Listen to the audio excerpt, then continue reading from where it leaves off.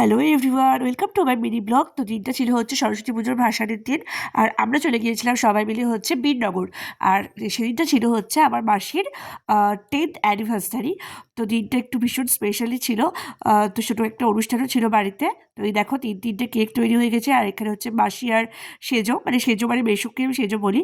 তো ওরাও রেডি, খুব সুন্দর লাগছিল দুজনকে দেখতে।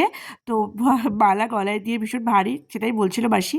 তো তারপর তো কেক কাটিং, তারপরে হচ্ছে মালা বদল, সিঁদুর দান, টুকটাক যেগুলো ছোটোখাটো রিচুয়ালস থাকে সেগুলো হলো। আর অনুষ্ঠানটা দুপুরবেলায় ছিল। আর আমাদের এদিকে যেহেতু সরস্বতী পুজো মানে একটা ভাসানের ব্যাপার আছে, তো আমরা বেশিক্ষণ বসিনি।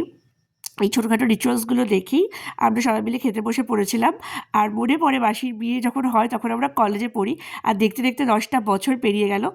আর তারপরে দেখো আমরা খেতে বসে গেছি। এই যে এইটা হচ্ছে মেনু, তোমরা পজ করে পড়ে নিও। এখানে দুই ভাই আর আমি আর কৃষ্ণ খেতে বসে গেছিলাম।